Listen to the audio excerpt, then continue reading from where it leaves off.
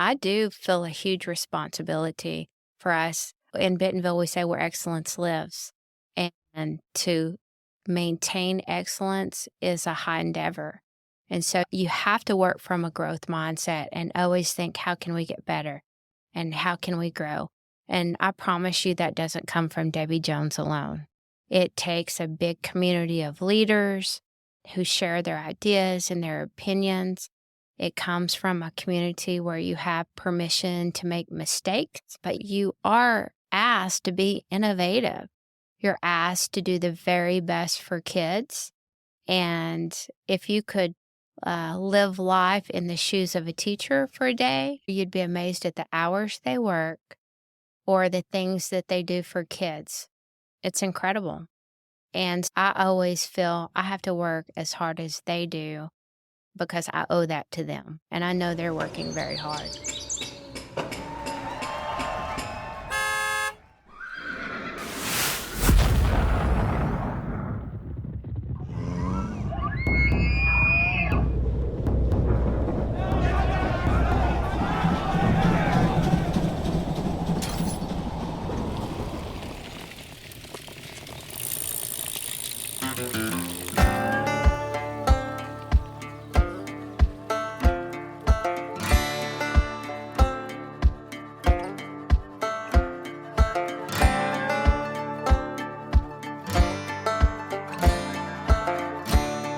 We are listening to The Underview, an exploration in the shaping of our place. My name is Mike Rush, and when we consider the shaping of any community, the influence of its school system is tremendous, especially in a region like Northwest Arkansas, where academic success is one of the key reasons why people come here. Northwest Arkansas boasts 8 high schools in the top 10% of the nation. Not just the state, the nation. The achievements of our educators here are truly exceptional. And as our community continues to grow, the challenges faced by our schools become even more pressing. From meeting the demands of a rapidly expanding population to being a key mechanism in the delivery of essential social services, our schools play a critical role in shaping the future of our community, more than most of us can even understand. Although my background is not in education, I believe strongly that understanding the full scope of how our schools shape our community is fundamental to building a shared and hopeful future, not just for us, but for the generations to come. Shortly after the groundbreaking at McCauley Place, a Bentonville teacher home initiative with the Accelerate Foundation and Bentonville Schools, I had the privilege of sharing a table with Bentonville Schools Superintendent, Dr. Debbie Jones.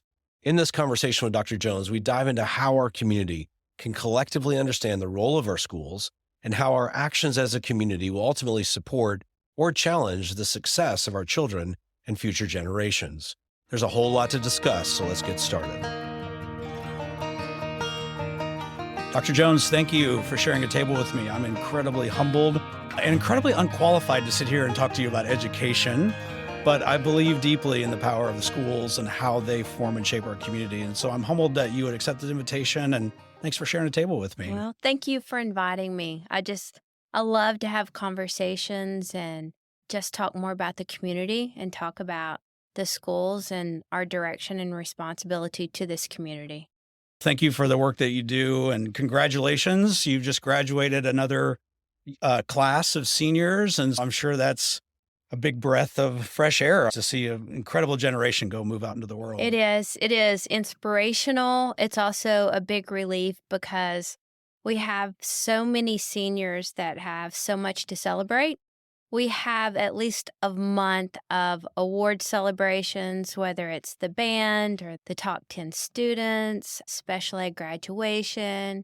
We have Ignite pinnings, students going off into the world to be teachers or to go into the medical profession, and so many others. And by the time students walk across that stage on Saturday, I'm ready to go home and take a nap. But you definitely deserve one, and all the district teachers and staff deserve I know that. they are. I know they are too. Let me start with this. I know you've been here in Bentonville and in Arkansas for a very long time, but I'd love to start with your story and just however you want to share that, but I'd love to know that. Okay. I really came to Bentonville, Northwest Arkansas in 2016. And my husband and I waited until we had the opportunity to both get jobs in the same district. I arrived in Bentonville as Mike Poor's deputy superintendent. And I honestly thought to myself, I'm in God's country. I took a big breath and thought, oh, I'm no longer in the middle of all the politics of Little Rock, which is laughable today. But before we came to Bentonville, I was assistant commissioner at the Department of Education, and for about a year and a half, 2 years, and it was a wonderful opportunity. I had the opportunity to see how law was really created. I worked with legislators. I was over learning services, and it had about 18 different units. I just learned so much about the whole process, how the sausage is made, and education law and policy and programs are established. And so that was a great experience. Before I was at the department, I was assistant superintendent in Bryant, and my younger two went through school in Bryant, had a great education. It's a great school district, and learned so much. And I was always the assistant superintendent that shared the data, the performance data. And we had about 5 other districts that we compared ourselves to. We were a high-performing district, but Bentonville was always one that beat us in the bar. And I'm like, oh, Bentonville. And so I just accepted, if you can't beat them, join them. And really, Northwest Arkansas was always on my list. And at the top of that list was Bentonville. And we know we are very blessed to be in this community. And we're better because we had all the other experiences that we did. 25 years in Central Arkansas. I actually grew up in Charleston, Arkansas. My dad, who is a farmer, he was a farmer his whole life, but he also was a teacher and a football coach. He taught marketing, and I used to ride around in the summer with him. He had kids that worked with businesses, Kentucky Fried Chicken, and sometimes I'd go in with him. He was checking on his students that were doing their internships at the businesses. And my mom was the admin for Sister Judith Marie at Mercy for 40 years. Hardworking people, raised 3 girls, and we were always athletes. We had no choice. My dad was a coach, and so we played softball summer and we played basketball. My older sister and I played on the same team. It was a great upbringing in a small town. And I think we just learned the values of family, working hard. I saw a mom that raised 3 girls, and we were very much middle class upbringing. I remember a time my sister and I played basketball, and we both had to have shoes at the same time. And they were probably $80 shoes, Goodness. basketball, the high top Sure, that we sure. used to play in. I guess they're back. They're cool again. And I remember the feeling of, oh, I know this is a struggle for my parents, but they never, ever, we had everything we needed. My mother would get up and get dressed for work every day wearing a dress and usually heels, and every night cook dinner for all of us. And so I really had a stable upbringing. And I think that's shaped a lot of who I am today and what I want for families today. Every Sunday, we'd get up and go to church. And when I was very young, I still remember my mom wearing the little lace on top of her head when we would go to church every Sunday. And I'm blessed. I know that I am. And I just want to carry on just really the expectations I have for myself as a leader and what I try to live out. One is appreciation for everybody in our organization. And it doesn't matter the role that you have, you are valued as much as the supervisor in that role, because our district can't run without everyone really performing at high levels. I'm biased as I watch from afar. I think that shines very bright, definitely for sure. And yeah, thanks for sharing your story. I think it feels like it's a very rooted story in a lot of ways. And you've been in Arkansas your whole life. I'm curious with that and the investment that you have here in Bentonville into the future of this place. What does Arkansas mean to you? I was away for my first husband went to work for Walmart, so we lived 6 different places in 3 years, and I was finishing up college, and doing internships in different schools. And so we saw a little bit of Kentucky and Tennessee and some different places. Arkansas is just, it depends on where you land in Arkansas. In Northwest Arkansas, we are very fortunate. We live in a very strong economy. We have active business and industry. People have jobs if they want them. Not all parts of Arkansas are that way. We have lots of great educational opportunities for families. And I think there's great disparity across the state, and that probably exists within every state. But for me, there's not a second that goes by that I don't realize how fortunate we are to have landed where we are. First of all, to be born in America, to have the freedoms that we have. We never can take that for granted. If you're involved at all in the news, you have to really recognize if you were born in a different place and time, your fate may be very different than it is today. So I start with thankfulness.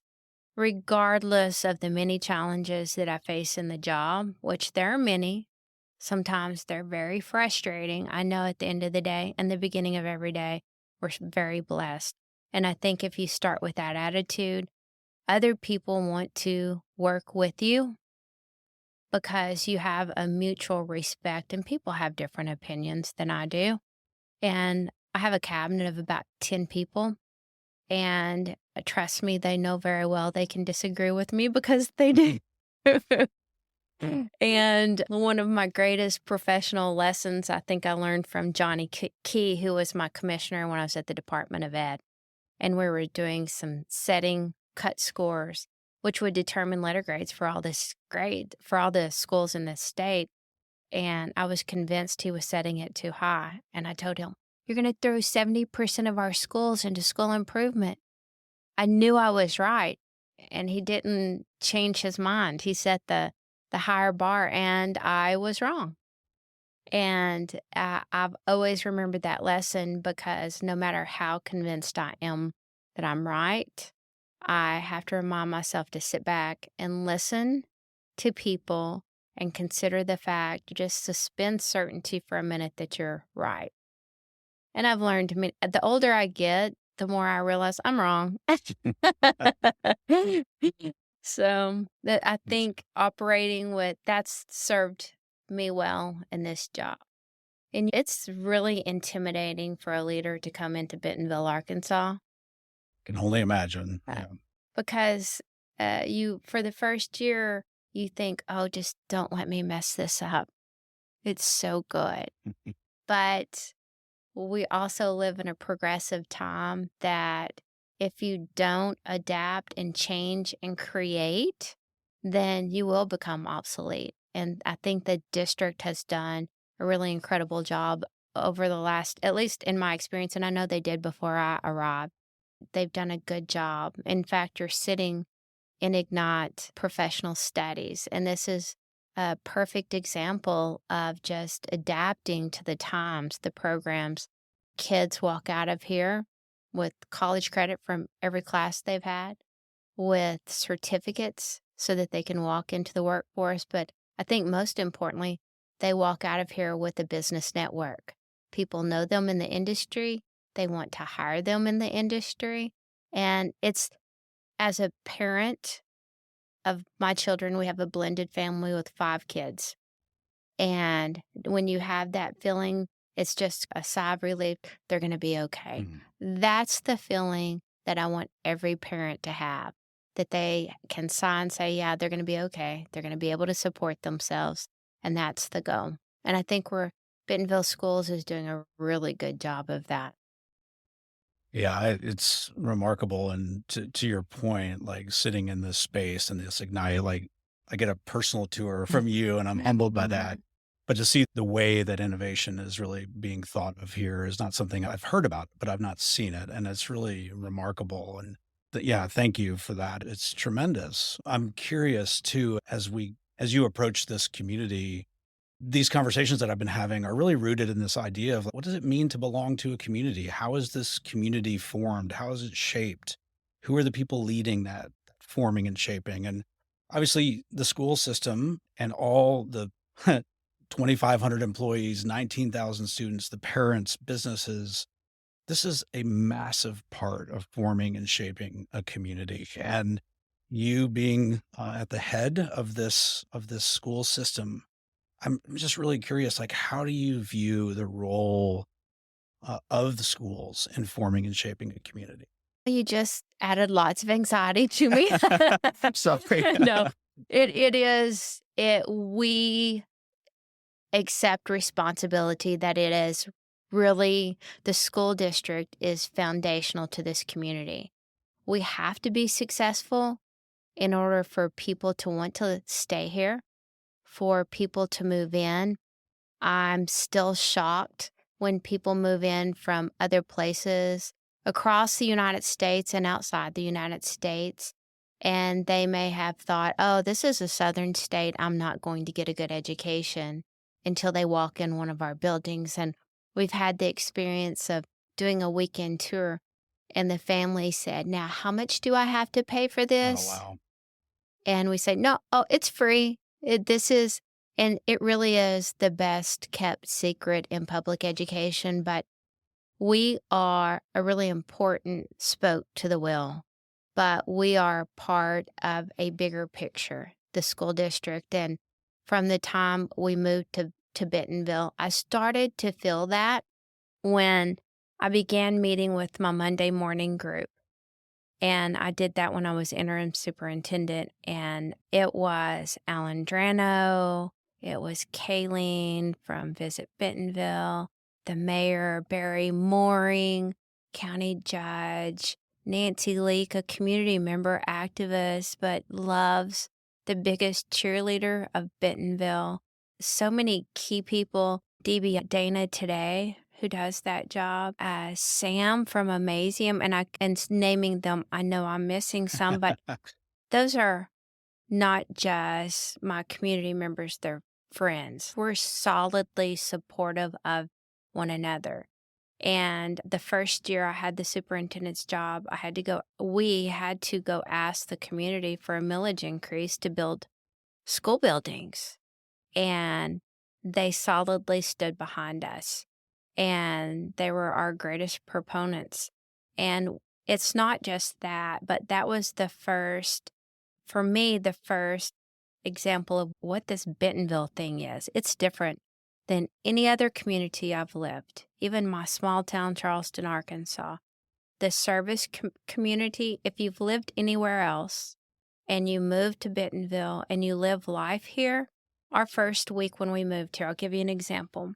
My husband and I went into Walmart, and we truly were amazed at how friendly the checkers, everyone was. And I'm like, can you believe this? And my husband says, it's just because their bosses live down the street, Walmart. And so the next place we went, and I'm like, what do you think about them? They're friendly here too. And the point was, everyone we ran across you could tell it was they were visibly kinder and such amazing service. And that speaks to the friendly nature of Bentonville. And with the partners that I have, we call it the Monday morning group.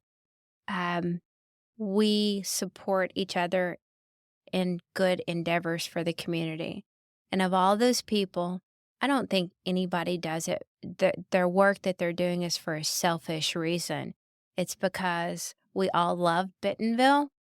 We think the quality of life is second to none, and we want to retain that. And we realize that we have that responsibility to do whatever it takes to make Bentonville great. And so, yes, I do feel a huge responsibility for us. In Bentonville, we say where excellence lives. And to maintain excellence is a high endeavor. And so you have to work from a growth mindset and always think, how can we get better? And how can we grow? And I promise you that doesn't come from Debbie Jones alone. It takes a big community of leaders who share their ideas and their opinions. It comes from a community where you have permission to make mistakes, but you are asked to be innovative You're asked to do the very best for kids. And if you could live life in the shoes of a teacher for a day, or a day in the life of a band director or a coach or Jesse, our choir director, you'd be amazed at the hours they work or the things that they do for kids. It's incredible. And I always feel I have to work as hard as they do because I owe that to them. And I know they're working very hard. It's a tough work ethic. I had a friend of mine once say that if you really want to understand your community, you should go be a third grade teacher to really understand the lifeblood of what makes a community what it is and to Mhm. understand it. And I hear that same attention and perspective in your voice. And yeah, it's a huge responsibility, but it always feels, and I'm biased, of course. I just had a daughter who graduated and had 3 children, and so their success that they're having is a direct result of that, and I think I get to watch and be one of those parents who have said, "I think they're gonna be okay," and Isn't so that the best feeling in the world? yeah, now I've doubted that a couple times Oh, we along the all way, do. but yeah, to that point, I think part of our rootedness and belonging here is the incredible trust that every parent puts into the school system, and to have that fulfilled is just an incredible honor, and I guess that probably leads me to my next thought, which is like, how do you keep doing that? And that's a easy question to an incredibly complex answer with where our community is projected to go and the growth that we're seeing, and really Bentonville in many ways seeing so much of that growth here. Like, how do you think about what it looks like to not just lead a school district where it is today, but over the next 5 or 10 or 20 years, or how long that is? Where does your mind go when you think about that? It goes everywhere. And it's probably a fair and accurate When response. I woke up at 1 a.m. last night, it was everywhere, trying to solve all the problems, which lately I've found myself doing a lot of Yeah. that. First of all, you really have to always try, like I hire really good people smarter and better than me. And I don't micromanage them. They know we have high expectations, and it's the team. It's all my principals is they outperform because they don't want to disappoint their team. And I think our teachers are that way. We have strong PLCs, but you have to be very intuitive about the future, what could happen. I'll give you an example of that.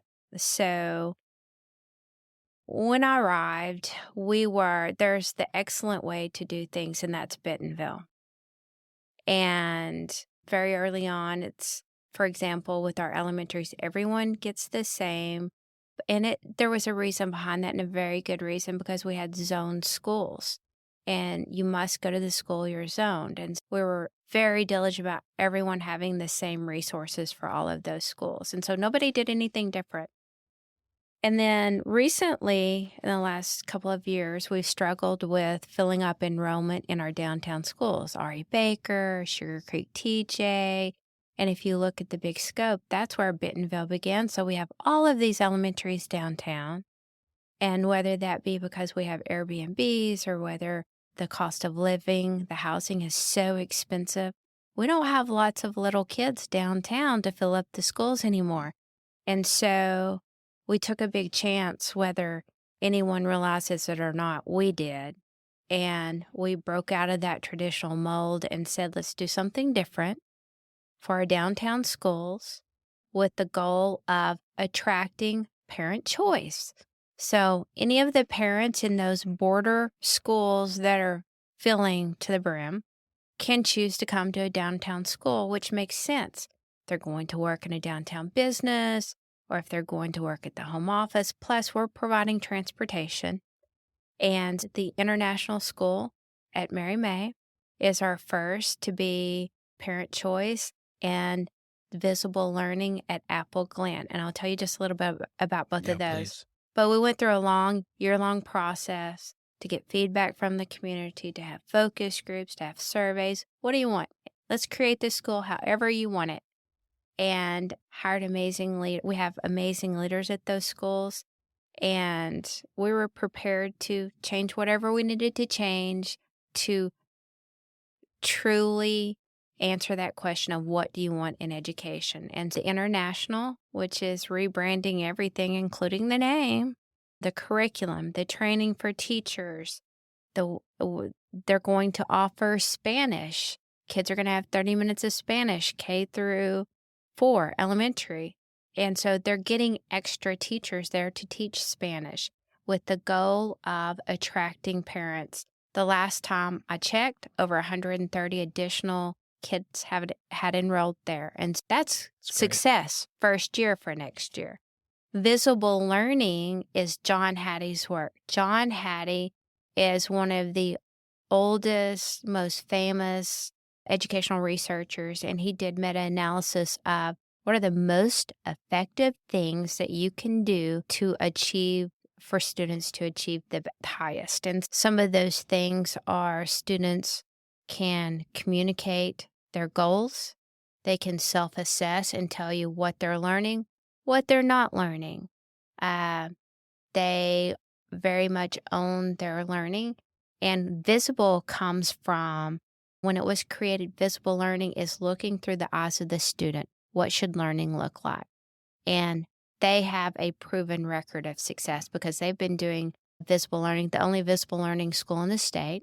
And they have been doing that for about, COVID messed it up just a little bit, but about 4 years now, and they're having great performance results. And so obviously that's going to be their parent choice school. And they've had over 60 new students enroll in their school for next year. But again, that's a risk we took to break out of the mold. And it looks like that's going to be positive and at the same time correct a problem. We don't want to have to go build new construction. Do you know what a new elementary school costs? Can't even. About $26 million, 26 to 30 million.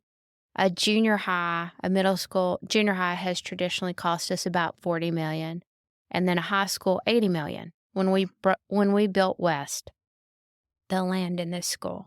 And so obviously we don't want to have to just go build buildings where the growth is. We want to continue to attract families downtown, fill up our older buildings as well. And it's really designed to correct that problem as well, while also giving parents choice. Sure, we can rezone, but it's very painful for families, and it's painful for us in turn to force zoning and go pick up kids way out in Centerton, transport them by 2 elementary schools, and drop them in the middle of town. Would much more prefer to create amazing opportunities that speak to their family and have them volunteer to take their kids downtown. So those are some of the things I'll tell you, when I speak of you have the right to make mistakes, I reserve that right for myself too, because I need that. That's good. It's a good culture to set for sure. Last summer, I saw the need coming out of COVID. We all saw it. My team saw it in the summer previous to that, right after COVID, to have kids stay connected or get them reconnected that first summer. So we ran some really cool summer programs that do things like canoe and everything else. I wanted that to continue last summer because families work. We want the kids are better served when they're busy with fun activities, learning. So we wanted to create a state-of-the-art summer program. And we did. And we employed a person who really was successful in doing this in Dallas to lead us through the process. And rather than trying to do it the way we saw it, we said, let's follow her lead Let's follow her lead. Let's do it like she does it. Now, some of them were far too expensive for our market, and they all didn't fill up. And so I learned my lesson. It's okay to have a model and then do it the Bentonville way. Okay, so I'm going to tell my team, you were right. I was wrong on that one right now. So this summer, we are doing great things. I will say that we have formalized our summer programs a lot so that parents have word early on all of our offerings, and we have far more offerings than we used to have. So we did learn from that experience.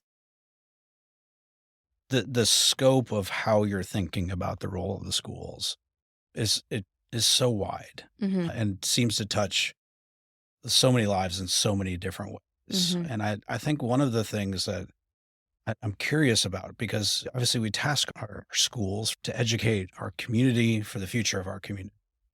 And yet, as you think about this comprehensively, you're also thinking about and taking on a lot of social services that are Mhm. required Mhm. to make sure that students come to the classroom or come to the learning environment ready to learn.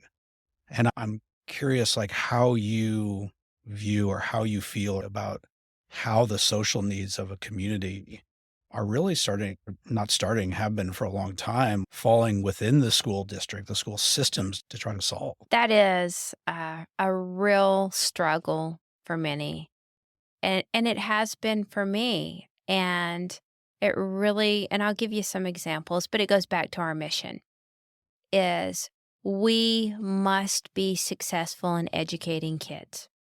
Bottom line. And we have to do whatever it takes for kids to be successful. And if they don't have breakfast, they can't focus. If they are not mentally in a place where they can attend to learning, then we can't achieve our goal. If parents don't have after school care, and honestly, they can't take off at 2:40 and be there, then we have to provide those services to meet family needs. And we do so many things for families. And I will tell you, when we've done this for a really long time, at least 20, 25 years since I've been in education, but we've taken on a larger role and we continue to do so during COVID when the schools shut down. And some of the greatest fears were expressed to us were kids would not get the meals they needed during the day. What did we do? Airmark's our service provider. They cooked meals, batched them. Families could pick them up, fed them for the weeks. They delivered to their house. Families were fed. Okay. We did have federal dollars to pay for that. There was a fear that abuse would occur and not be reported, because that's a big part of what happens in counselors when that occurs, and at least investigations can be done. We were very fearful that they would come back behind, not continue, because honestly, parents had jobs. Parents have to feed their family. So we understood a lot of what we were dealing with. That's why when we were closed virtually, we sent 10,000 Chromebooks home the Friday. We didn't know if we were going to close, but it was looking very sketchy.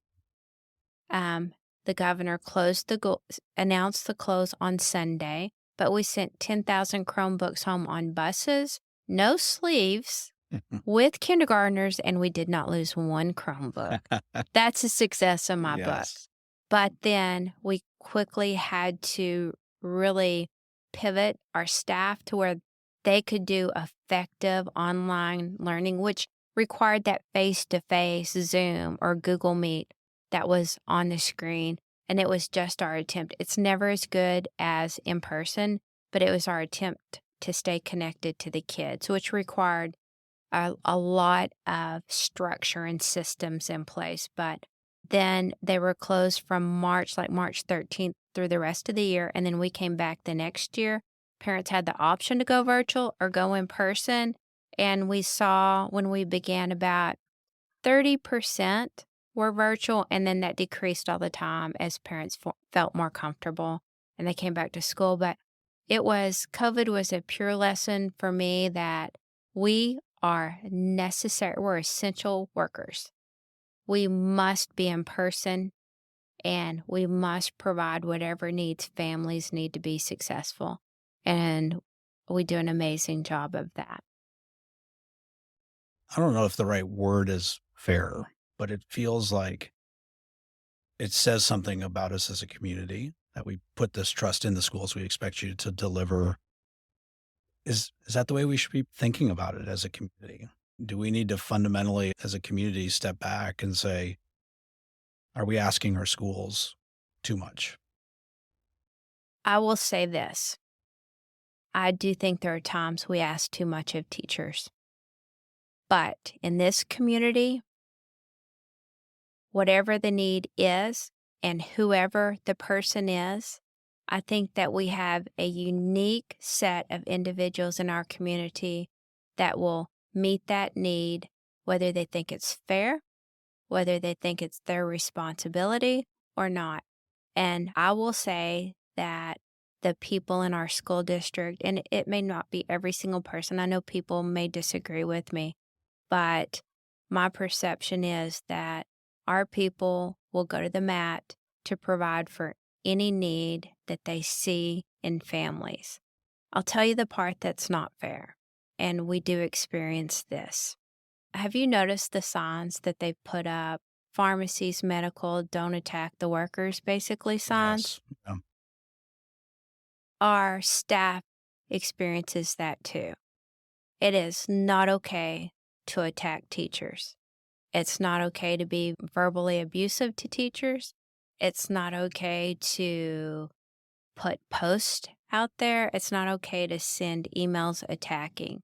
Now, I do know that our children are our most precious possession, and we fight for our children. And we can do that, but we must do that in a kind and appropriate manner. And what in the national political arena we experience as individuals in the school, and it's not fair. And do we make mistakes? Sure, but we make things right too. And so that's what there are things that in that realm that are truly not fair and should not be occurring. As for students' needs, I know we'll continue to fulfill those. Public schools were created for a reason, and our mission goes well beyond education these days. I think it's important, and I appreciate your just honesty and transparency and being a truth teller in these spaces, because I think a lot of people, not just myself, but generally believe that what you desire is the best for our community. That's why you've been entrusted with the role that you're in, right? Mm-hmm. And so I think it's good to remind people that there's a responsibility from the community to our teachers and those that are in positions to serve for the future of our community, what's expected of them. And so yeah, thank you for sharing that. I think it then moves to a conversation. I know there's been in the news a lot lately. You've been talking about the challenges we're facing around housing and how that even affects where students go to school, for Mhm. example. It's put you right in the crossroads of trying to solve some problems around or getting caught up in the housing challenges that we have as a community. And it was a beautiful day yesterday. I had the chance to Mm. attend and see that the Macaulay Place was officially kicked off. And so I want to say congratulations to you and to the Accelerate Foundation for the work that you've done to see that project go forward. And I think I would love, if you're willing, to give us maybe a little behind the scenes. What did it take to get there? And how does this now in its current form, how does it help serve the purpose that it was set out to serve? Absolutely. Let me start with the best thing that happened to me today. A teacher has already emailed to ask how to get enrolled for that housing. Wow. Yeah. And we don't have those answers yet, but we're developing those. The application form. And what does it take? The basic things it takes is a school board with courage, a community that's willing to problem solve, that's willing to, rather than get mad, create solutions. And it takes different organizations to really think beyond their own personal and really work together to meet needs of the community. And so this, it really became scary to me in 2021. That's when it became real, because I heard people talk about the housing market and how 32 people moving here, all that. And I'm like, okay, until in one summer in 2021, I hired 3 people who accepted the contract and then looked at housing and then resigned their contract before they ever started, said, I can't afford to live here, and went back to the previous job that they were leaving. And so then since that time, when I do hiring, I always preface any hiring with saying, have you looked at the housing market here? Do you know where you're going to live? Do you have something that you know it's expensive here? We have that conversation because I don't want to get down the road. And that's not the way we ever want to hire. We want to be in a committee. We interview. We have a pretty diligent process. We interview lots of people. We do background checks. We try to recruit the very best. And we want to pick the cream of the crop and not just the people that can afford to live here. And I saw this coming, and I see it getting even worse in the future. And this speaks to our strategic plan. We want to recruit and retain people. Let me tell you an example. I have one of just beautiful principal at Cooper, and he's a perfect example. He loves Cooper Elementary. He's done a beautiful job there. His family lives in Fayetteville. He has young kids. His young kids are now getting involved in sports and activities, and he can get a job in Fayetteville. And so he did. That's where he'll be next year. And we know that as young families start to develop, if they don't live in our community, it's hard to survive driving 40 minutes back and forth when you don't have to. And so this is very much, someone tried to insult me and say that this was an altruistic effort. First of all, that's not an insult to me. That's a compliment. But it truly is led by our strategic plan. It's truly about our staff. It's about recruitment and retention. I want to keep our people here. And we want the people, our teachers shape this community. Like you, any parent that's had kids go through the school district and they speak of their orchestra teacher or their choir teacher or their high school English teacher, they know that they have shaped their children and they shape this community. The people that shape this community deserve to be part of this community, and they're being priced out of the market. If you're a young teacher that just graduated from college and you try to move here, even rent is becoming unaffordable. And we started down this road, and as I have done in the past, I've gone to It's Accelerate Now when I've had a problem with staff with housing. It was before this whole housing discussion, but if they had issues and they couldn't pay bills, I'd go to them with a problem. And Hark, operated Hark, and they would serve needs of my teachers. They have dedicated $250,000 a year to the district for our preschool program. So they're a long-time trusted partner. So when I had this issue and I was talking to Jeff Webster, I'm like, I don't know what we can do about this. And this was over a year, and he said, we may have a solution, let us work on it. And came back, and I remember my CFO, Janet Schwanhauser, and Tanya Sharp and I sitting in the room, and we went in with really zero hope. We know we're constructing buildings. We don't have a fund balance where we can dedicate funds to housing for teachers. We can't do it because we live on a facilities plan where that fund balance, where it looks like a lot to some, all that is savings for the next school building. So we didn't go in with high hopes. And he presented this plan that if we donated a small portion of land behind BHS, behind the skillet, it's not used now. We're not going to build anything on that land. It's 6 acres that they can develop. Then they would pay for the entire development. Part of it's low-income tax credits, 60 units in the middle. And then the 42 two-bedroom single-family cottages would be reserved for staff. Accelerate would own the homes, and then teachers would rent the homes, or they could buy in a shared equity program. The rent would be about $750, and if they're buying into shared equity, it's higher, like $1,500. But after 5 years, they'd walk away with a $50,000 check. We ran into some roadblocks trying to get that rezoned to residential 3.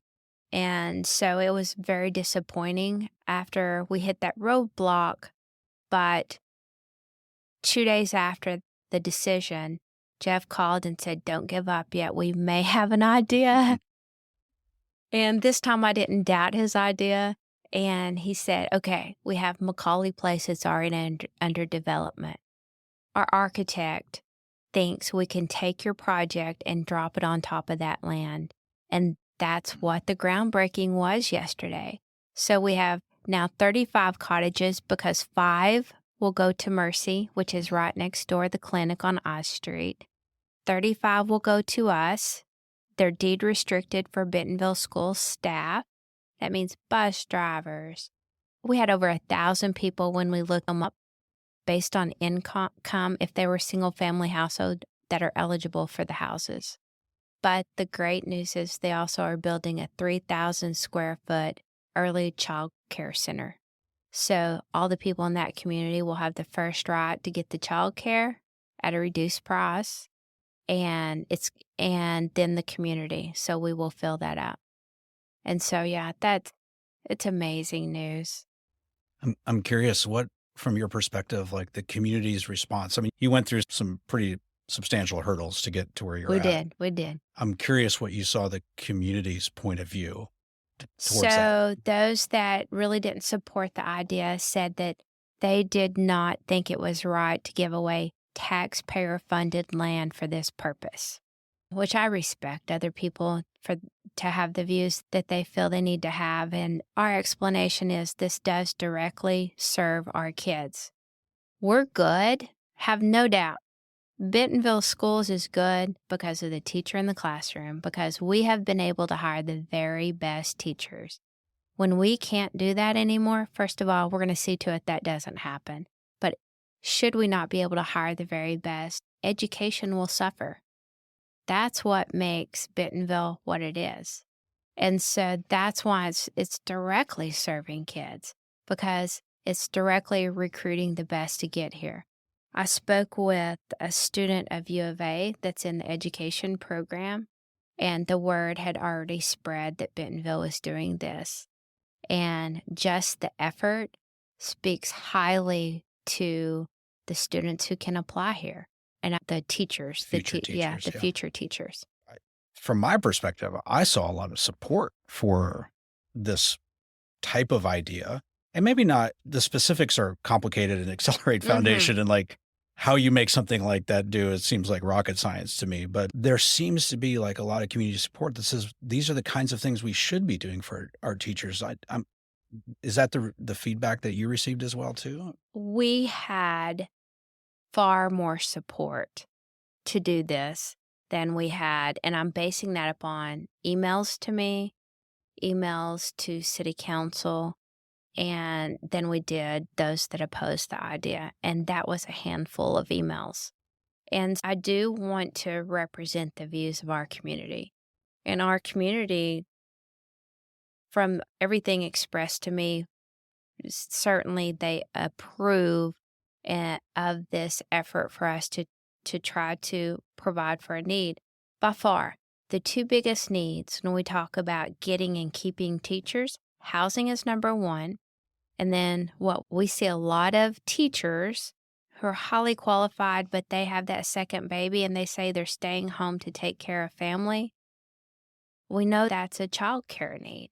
And so those are the 2 biggest needs that we know our faculty is having, and we want to address those needs.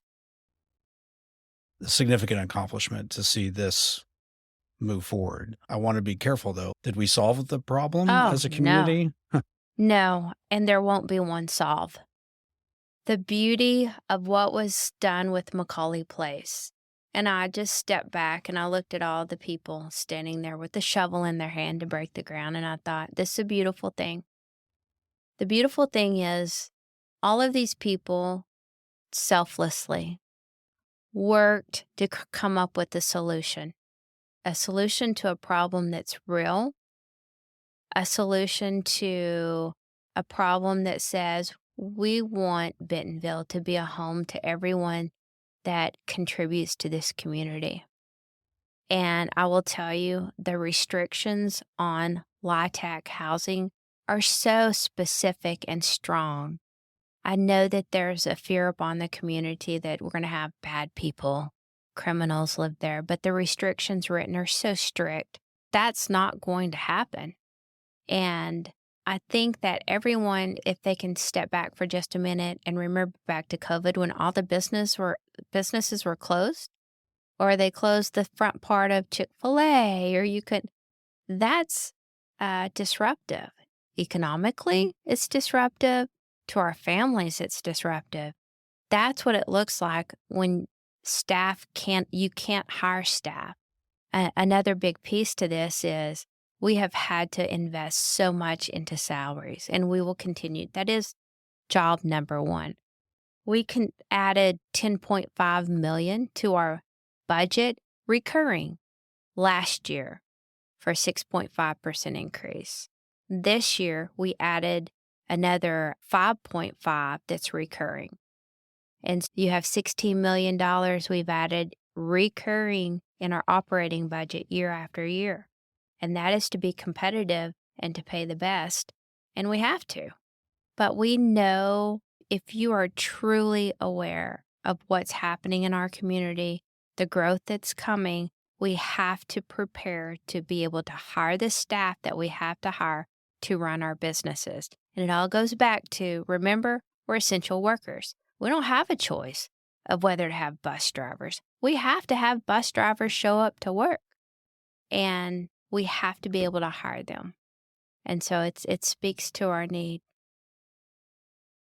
I'm curious because I think as watching our community go through this conversation, I think for me anyway, I won't assign this to anyone else, but it really made me ask questions around the role of the city and the school district. And now, as these ideas move forward, Councilmember Agnew said this is like what it looks like to solve hard problems together. And I'm curious going forward, what does good partnership look like? How do we, as a community, support the school district's needs and goals as a community well together? Conversation, that suspending certainty, everyone, me and everyone included, to listen to someone else, an argument, because the other side might be right.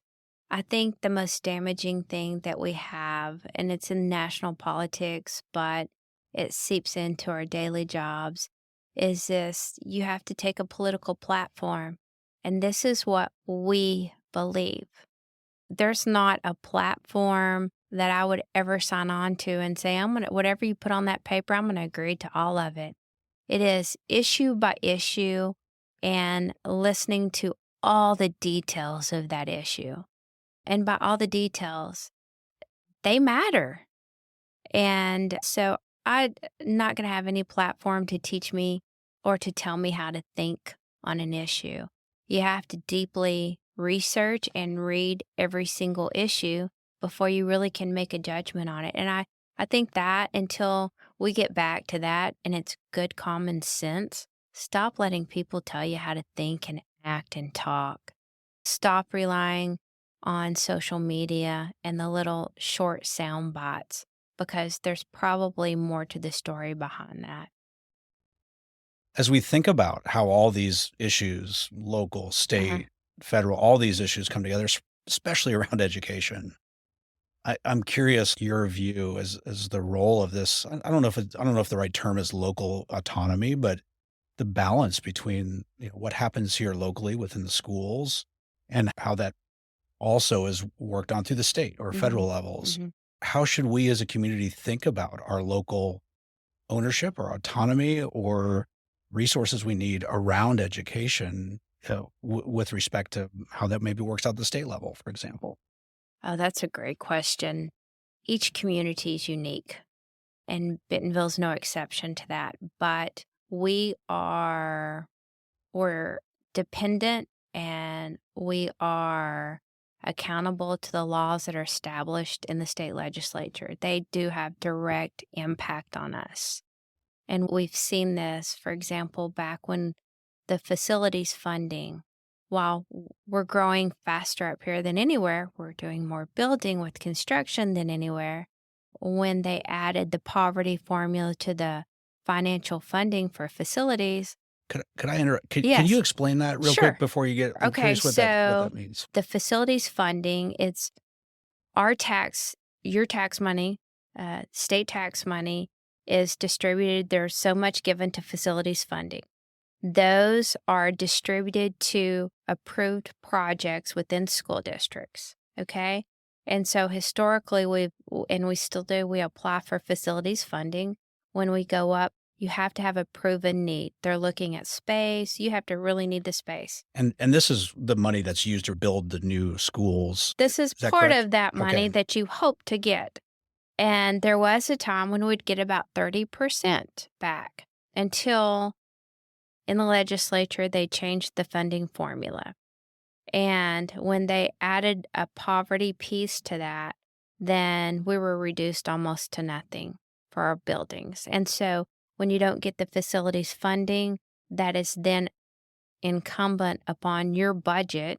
And that means the assessments that we do on our property, that's what pays for those $40 million, $80 million buildings. And you can see how that's why we have to save the fund balances we do. That's why we had to go to voters in 2016 and ask for a millage increase. And it is 48, our millage, but we also are growing. The last thing a superintendent ever wants to do is go ask to increase taxes. It's the very last thing you want to do.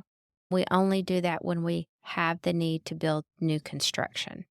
And we run a very tight, efficient budget. When I say we're dependent on what they write, Arkansas Learns, this is a good example of no one's going to tell me how to think. I take it issue by issue. And Arkansas Learns had so many different pieces in it. I forgot how many pages it was, like 140, somewhere around there. And so there are lots of different components within Arkansas Learns. Some of them are good. Some of them I don't think are good for education.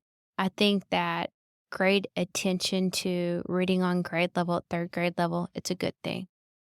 I think great attention to a good solid assessment, good. Community service is good if the rules are written correctly.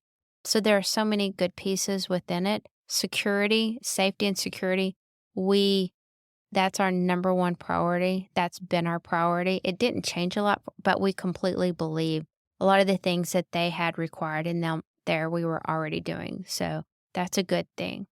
I'm not convinced that merit pay is a good thing. And we recently had the experience of trying to verify rosters. And it's a very hard thing to do, to point a finger to the individual who brought up test scores for a class of kids. Because is that just that teacher of that classroom? Is it the special ed inclusion teacher? Does the principal play any role? Does the instructional facilitator? So it's very difficult to point just to one person. And we run on a really good supportive morale within our school district PLC. Everyone contributes to success. And it's hard to break people out and reward them individually when others are not rewarded for their work. Do you think it's important for the bus driver to arrive every day to pick up the kids to get them to school? They'll never be on the list for merit pay. And that's the real dilemma that we have with that. Some parts are good, and we'll see. And some we'll just have to test out. And I hope that the legislature works with us. And if they see something's not successful, then they can modify that. But our problems, I've operated Bentonville on the fact that we are responsible for our decisions and our actions. We follow the law, but we're not limited by the law. And we have every opportunity to be innovative and create. We know what great education looks like. We know what we want from a graduate, which is exceptional skills and not just academic skills. Number one, thank you. I think that's super helpful in understanding that. I think I'm really trying to understand this balance between a community that really, we have a vested interest in understanding the education of our children in the future of this community specifically. And so that balance between local autonomy and local ideas and how we really make that happen locally. I'm really trying to understand the idea of where that stops and ends and how that's balanced with other state priorities as well, too. Okay, so if I were the greatest impact that a family can have on education is at the lowest level, and that it's with that student's teacher. If and so having those conversations, communicating, being present, and it goes all the way from that classroom, knowing the teacher, to being very involved in the major issues. Pay attention to the school board races. The school board members really have the greatest impact on creating, passing policy, approving contracts where we're doing last night they passed renovation budgets, and they make major decisions, financial and policy decisions for the district. And then it's very important that you know your legislators at the state level.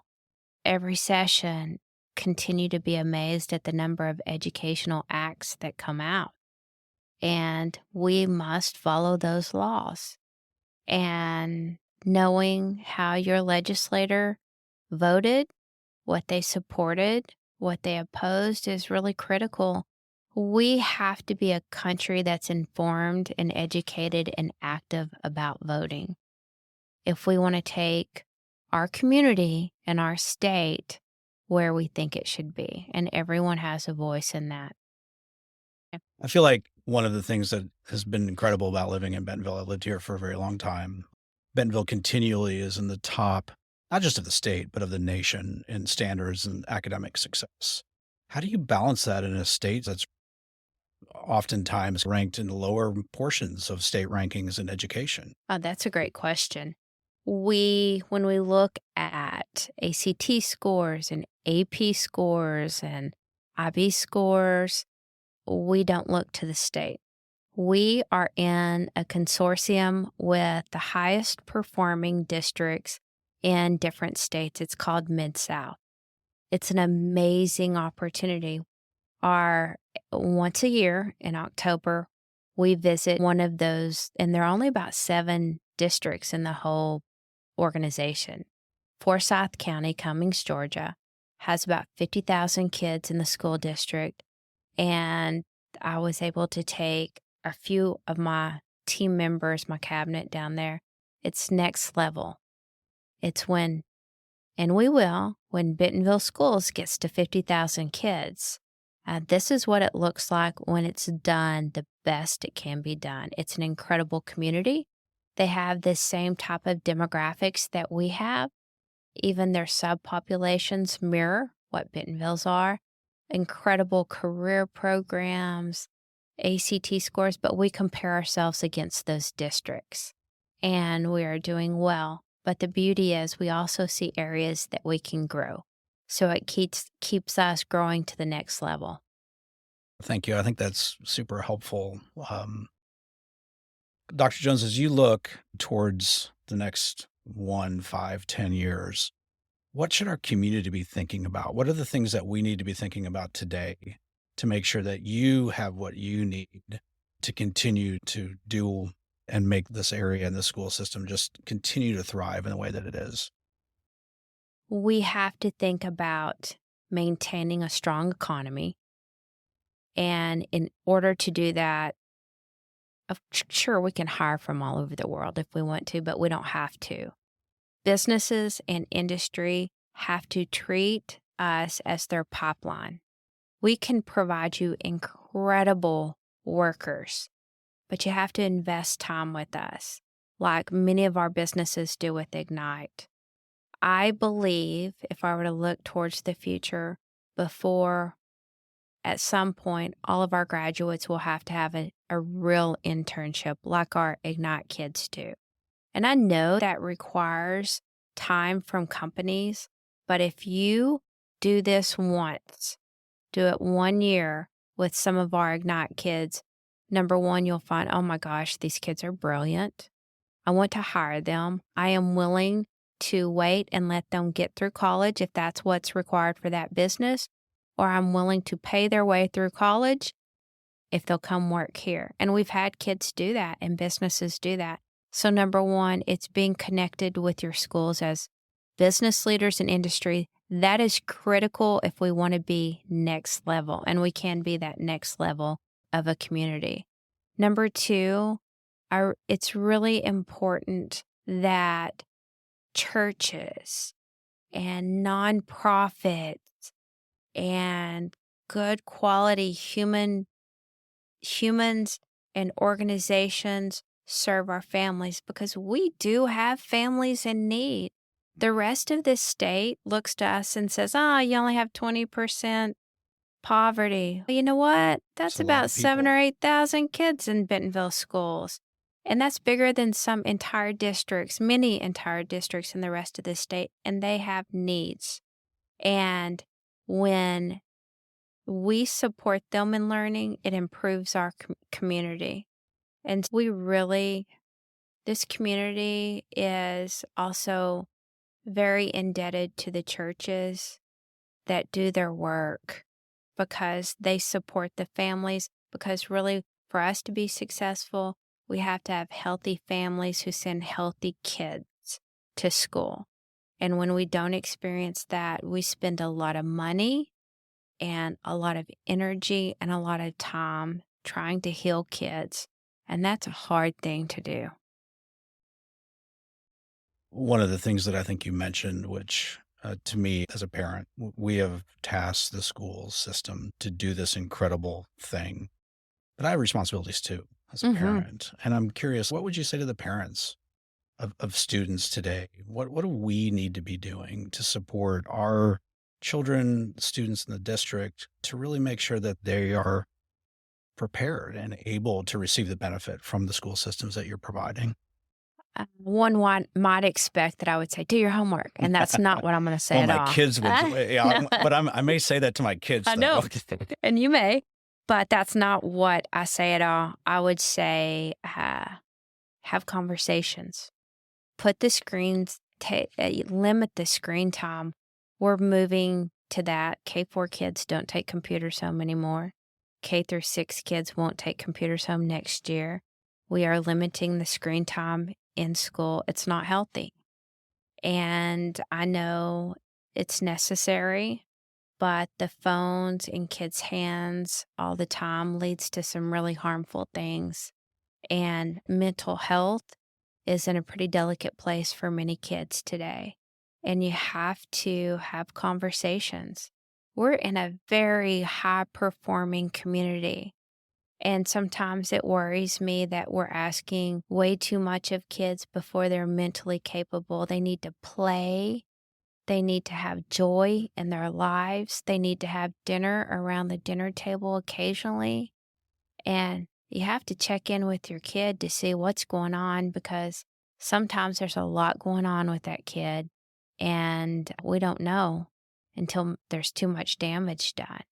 And that's really part of what I'm asking that they do. Now, for many years there, probably about 10 years, educators, and we were led by many different thought leaders, stop sending homework home. Stop. Y'all just take care of the education piece. That's not what we need to do. Parents need to know what we're studying in school. It is a shared responsibility.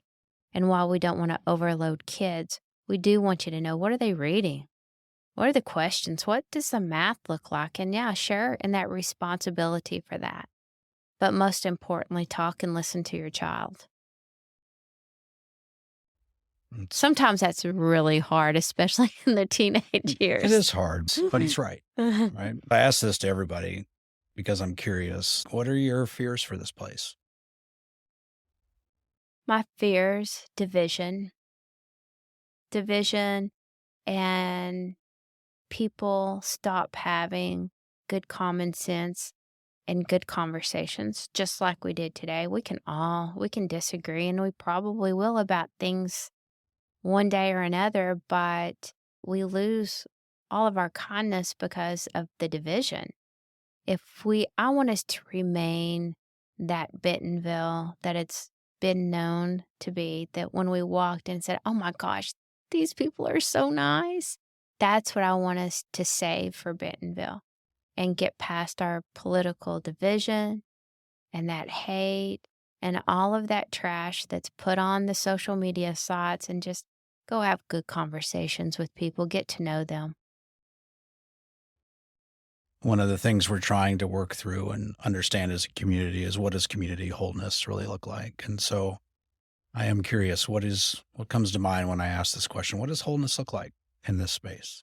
Wholeness looks like yesterday afternoon or morning when I saw all those people putting their shovels in the ground, trying to do something good for others. They're not going to directly benefit from any of that, but working together to solve problems for other people.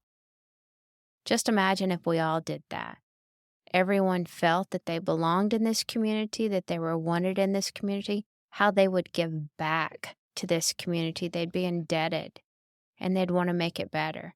When I moved here and I saw, oh my gosh, all these people are so kind, it only inspired me to be a better person. And I think that we can do that for others too. Well, Dr. Jones, I'm just humbled. Thank you for sharing this table with me. I'm thankful for the work that you are doing, all in your team. You always give all the credit to your team, and they're the smartest. You've set a culture where that thrives. And so thank you for the work that you're doing. Thank you to all the teachers and the bus drivers and all the people, the administrators that make this community really special. Your impact into all of us finding a place of belonging and place and being rooted in our community is so great. And so thank you for what you are doing. And I know you do this already, but I know you get up every morning. What problems do we need to solve? And you take it. And so thank you. Please don't ever stop. And whatever support you need from the community, I'll be happy to pass along. I'll do that. Can. Okay. Thank you. Well, I'm incredibly thankful to Dr. Jones for taking the time to sit with me and explore all the ways that our schools shape our community.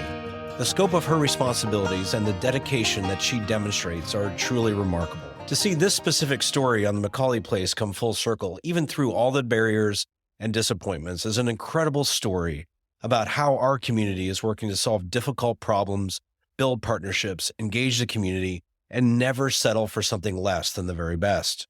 It is something to celebrate, and so we should. And then it's time to also remember that this is proof of a model for how to approach more affordable housing solutions for so many more who need it. The issue is not solved, but it's incredible progress without any doubt. To Dr. Jones and her team, the teachers and administrators, bus drivers, crossing guards, the school board, custodians, countless volunteers, and parent-teacher organizations, police and safety officers, healthcare workers, counselors, and many, many more, our community owes you a tremendous debt of gratitude. While simply saying thank you feels insufficient, we acknowledge the trust that we have placed in you to shape the future of our community and that you have exceeded our highest expectations. However, there's one practical way that we can say thank you as a community. Please visit the BentonvilleTeachersHome.com website to learn more about this model. And there's an opportunity to contribute both your voice and your dollars to this project as a way to show our community that you believe in this solution and solutions just like it. It's going to take us all working together to continue to remove obstacles and keep moving forward. The challenges ahead are still significant, but it is clear that this dedicated team will stop at nothing to do what is right for our children. Dr. Jones, thank you for your outstanding leadership and for serving our community so well. For our next episode, I'm going to publish part 2 of my conversation with Dr. Nick Ogle. In part 1, episode 17, he and I spent our time talking about this all too familiar, yet totally foreign concept of how we as people relate to one another. In this part 2 of the conversation, we'll talk about what it means to find a way forward through past wrongs to repair what has been broken. This is important because in some of the episodes to come, we're going to be walking through some of those topics of historical significance that still hold some deep pains in our community. If you look at a lot of where psychology and philosophy has evolved to today, they're using words like resilience, repair, grit, bonding, those type of words, and they all mean the same thing to some extent. They get to the same point, which says this: if we have these wounds, the greatest way to make relationship with one another is to repair it, to have resilience, to press through it, to go back to the core of having a bond with one another. So we don't need to be afraid of the conflict or the hurt or the woundedness or the brokenness that exists there. We just have to have a mindset of, hey, we are going to repair. We are going to have resilience. We are going to bond over this. So I'm glad to have Dr. Ogle back and to share this conversation. It shows me still how much I have to learn about what it means to build an authentic community. And then the route for this episode is a tour of the immense land that falls within the Bentonville School District. This route visits every school in the district. And just to give you a little scale, the most direct route that I could create is 51 miles long if you want to visit every school. The land that composes the district is a total of 141 square miles. It goes from the Arkansas-Missouri border to the north and approximately 5 miles to the west of Centerton. It goes south of XNA Regional Airport and includes the cities of Bentonville, which is only 34 square miles in size, Centerton, Highfield, Cave Springs, Little Flock, parts of Rogers, and Bella Vista. It's an incredible amount of people that this school system serves. And I'm going to close today with a song that I've had stuck in my head ever since my conversation with Dr. Jones. And I think, given the recent storms, it also exemplifies our region. And while Tom Petty is the original co-writer and singer of this song, it just feels right that Arkansas native Johnny Cash should be the one who we turn to when we need a theme song to represent the strength and fortitude of our community, because I haven't seen anything that leads me to believe that we would back down from any challenge that we may face. If you're on Spotify, you'll roll right into the song. Otherwise, check out the episode webpage for the music. And as always, thank you for being a part of the shaping of our place.